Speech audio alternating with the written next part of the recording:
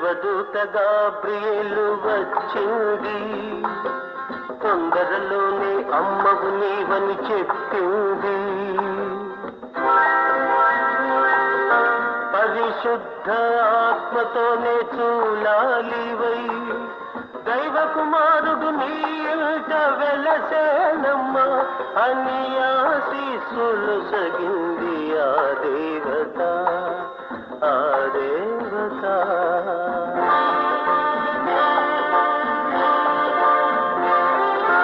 యోసేపు మరియమ్మ నొదలాలని బహుకలత చెందాడు ఆరాధ